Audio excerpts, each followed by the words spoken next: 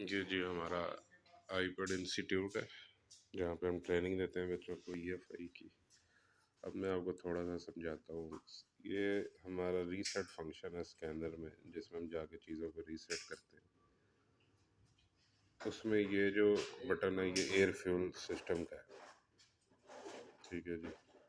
उसके रीसेट का है। ये आपके एबीएस का है, यहाँ से आप एबीएस रीसेट कर सकते हैं।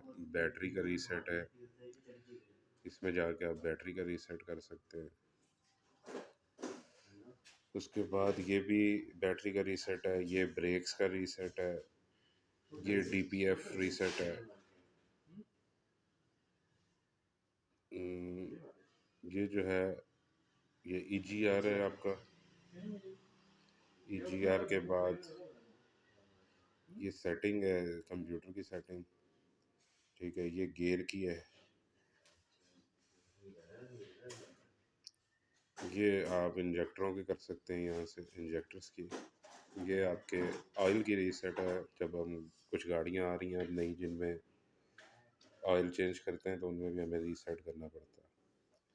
उसके बाद ये एसएएस है रीसेट। ये जो आपका है ये फिर बैटरी का है, ये एयरबैग्स का है, ठीक है। और ये ट्रैक्शन का है। तो ये सारे इसके रीसेट में ऑप्शंस हैं।